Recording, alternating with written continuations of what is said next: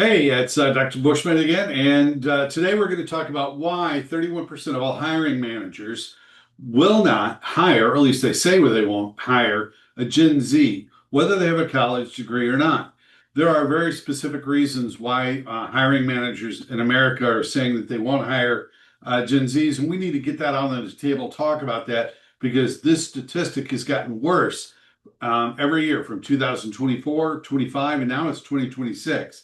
And the reality is there are more Gen Z graduates in the workforce today than there are available boomers to actually take jobs.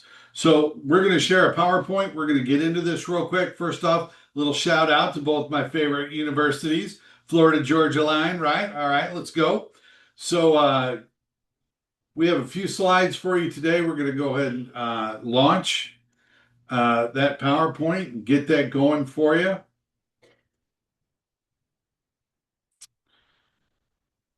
Right. So here we go. Skill gaps, why they matter. And if you are a parent of a Gen Z, you're really going to want to listen to this. And again, a lot of this is covered in my book and leadership skills for millennials and Gen Z. And we'll talk about that in just a minute. But um, hiring managers would rather work with people from older generations.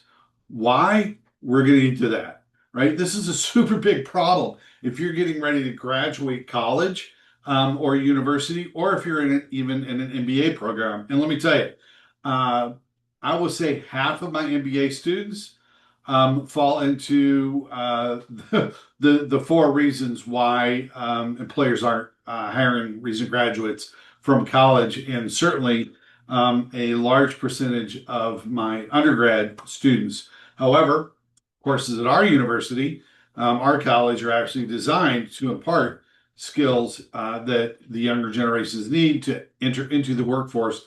We actually deliver value. So this is one of the slides that I actually use for my undergrad students because most students come in and they don't understand what it actually takes to make to live, to have an apartment you're on. Now this is the St. Petersburg, Tampa area, and this is a shock. You know, my adult students or my millennial students who are already adulting, they get it. So when we're in class, they're like, yeah, hey, Dr. Bushman's, right on point. This is exactly my life experience.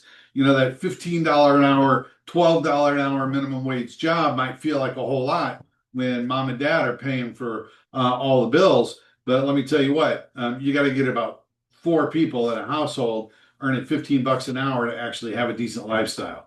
So we just kind of go through this slide, and I'm just going to break it down to you right here.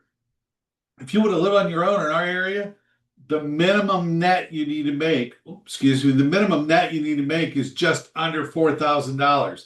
That means after taxes, right? 4 grand a month. That's $1,000 a week net, not gross. So what does that look like? That's 30 bucks an hour, right? 30 bucks an hour. And that's if you have good health care at work. If you don't, you need even more than that. And here's the crazy thing, right? So if you are actually married with two children in the area that we work in, you need to make $140,000 between the partners, husband and wife, spouses, partners, however your household does it, $140,000 a year just to live a middle class lifestyle, not an upper middle class. If you want an upper middle class lifestyle, you got to make over 200 grand a year or around 200 grand a year in the Tampa Bay, St. Petersburg area.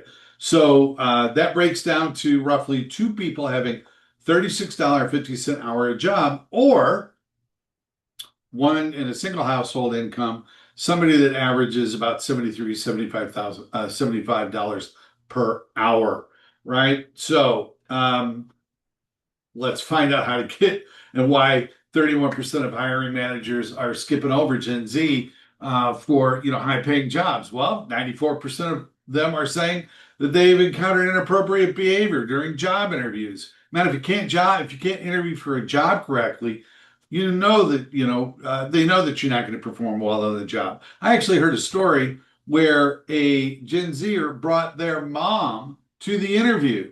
Seriously? Come on, talk about helicopter parenting. Cut the umbilical cord. Send your kid out into the world, let them earn their own living.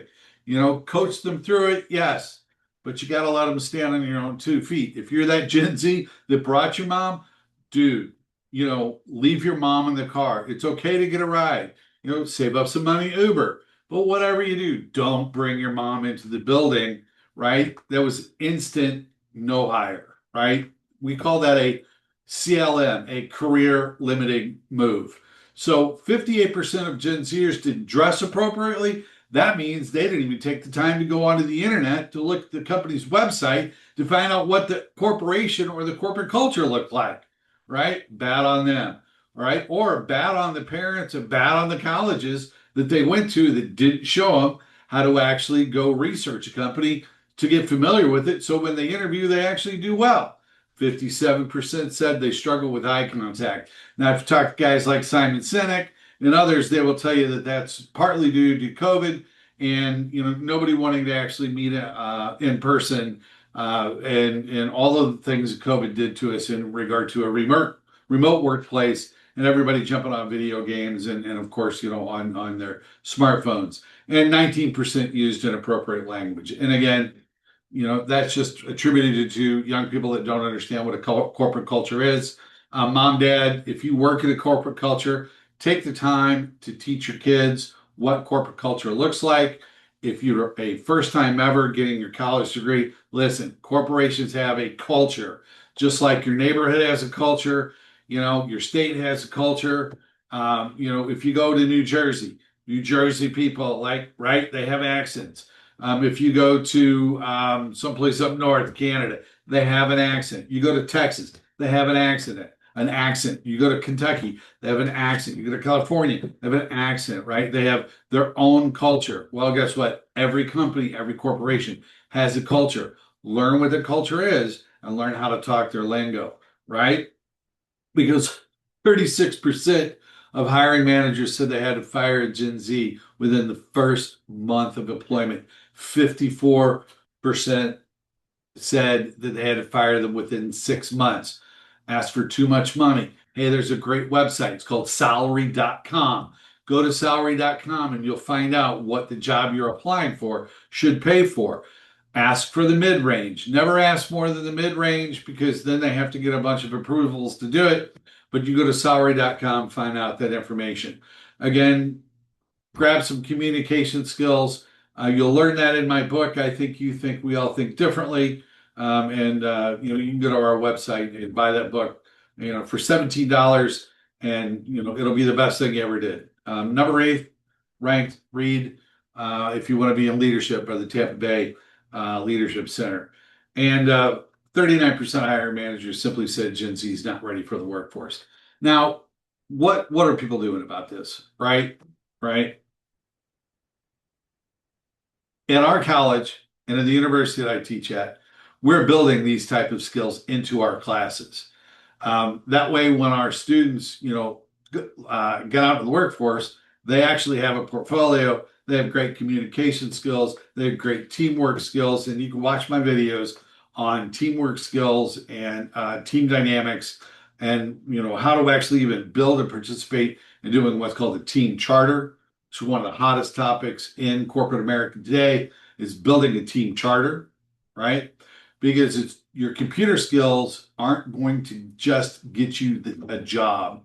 Matter of fact, here's the problem. Most hiring managers understand that Gen Z and younger employers have great tech skills. Problem is, tech skills are using their phone or playing video games. They don't actually use the software that they use on the job. Guess what our classes do? And if you take one of my courses, you're going to learn how to use Lucid Charts, Mira, Mural, Canva. I can go on and on in regarding real world applications and real world techniques you would actually use on the job. So what is it in the end that employers are actually looking for? Here are the 4 things. Now, this is from Resume Builder's Chief Career Advisor, and 2025, 2026, all the surveys are saying the same thing. Here's what Gen Zers have to learn: how to demonstrate in their interviews. They need to be able to uh, show that they can adapt to change. They need to be able to show proof that they can collaborate in teams. They need to show that they can be resilient and be able to overcome challenges, that they just don't fold and quit. They can go out and do their own research and actually overcome, uh, issues that come up. And they need to show that they not only have technological proficiency, but that technological proficiency is actually using workplace software. Are you a Microsoft Word, Excel, PowerPoint expert? If not, that's the fourth most important skill on an entry level corporate resume. You need to learn how to use Microsoft Office. Number one is learning how to use Gen AI ethically and appropriately in conjunction with workplace applications. And so it's not just about technology in general, it's workplace technology. So, hey, I hope this little brief video just kind of woke everybody up a little bit. Watch some of my other videos. Grab my book. It will talk about these things and it will help you in particular, teamwork and collaborative skills, adaptability skills, resilience skills. It will also talk about the right type of technologies to use. And it will help you with your interpersonal skills and it will give you ideas. Chapter 5 is dedicated to showing millennials and Gen Z how to land their first high paying leadership job. So please hit our website, sld360.com, and that is www.sld360.com, or just hit me up an email, Greg, Greg, at sld360.com. Talk to you later. Hope this was your flavor.